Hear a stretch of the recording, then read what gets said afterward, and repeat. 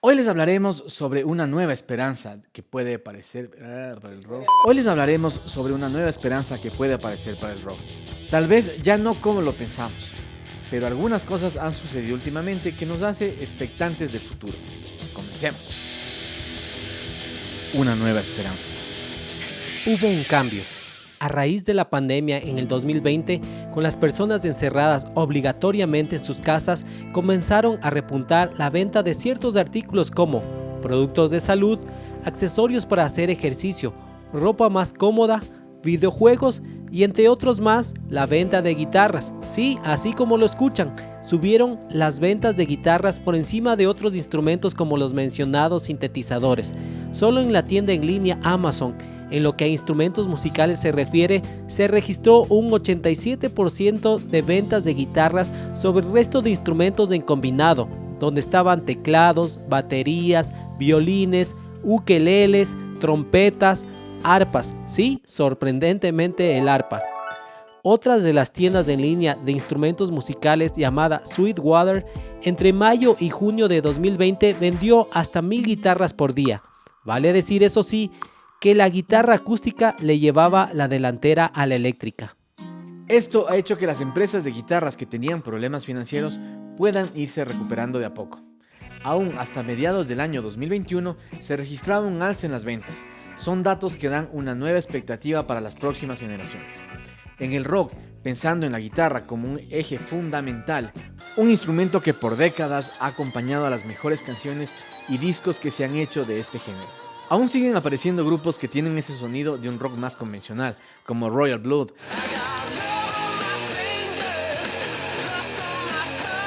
Maneskin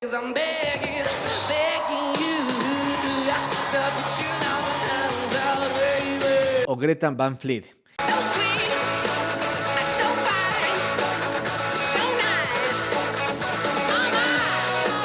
Eso sí, los seguidores del rock generalmente prefieren quedarse con los clásicos, pues son los que traen consigo recuerdos de su juventud. Al fin y al cabo, de eso se trata la música, de ser la banda sonora de nuestras vidas. Gracias a estos seguidores, en los escenarios todavía giran los Rolling Stones, Paul McCartney, Kiss, Bon Jovi, Guns N' Roses, Metallica, los Red Hot Chili Peppers, Foo Fighters y muchos de ellos no dejan de llenar estadios. El rock no ha muerto, de eso estábamos seguros. Ha ido cambiando y lo seguirá haciendo. Le ha costado adaptarse, pero no se sabe quién será el próximo héroe o heroína de la guitarra.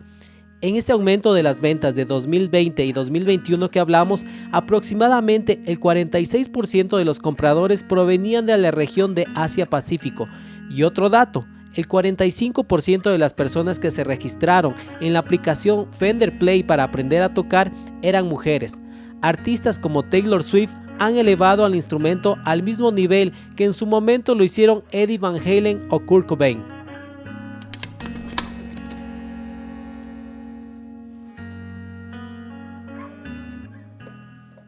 Quizás aún en el futuro no se dependa de una guitarra con distorsión para hacer rock.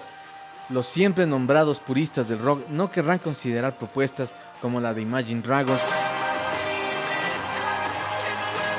o 21 Pilots.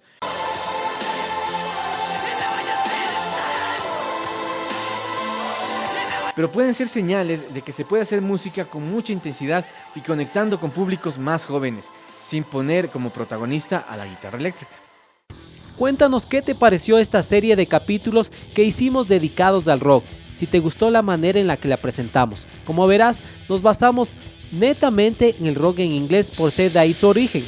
El rock en español es muy rico y extenso para tratar.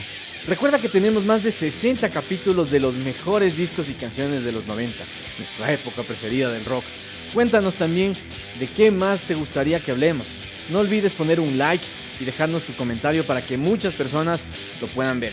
Además, suscríbete y podrás recibir notificaciones de los próximos episodios. Búscanos en redes sociales y plataformas de podcast como el CD Room Podcast. También nos puedes ver en YouTube. Yo soy Víctor Caicedo. Y yo, Kai Menéndez, y esto fue el CD-ROM. Les esperamos en una próxima. Adiós.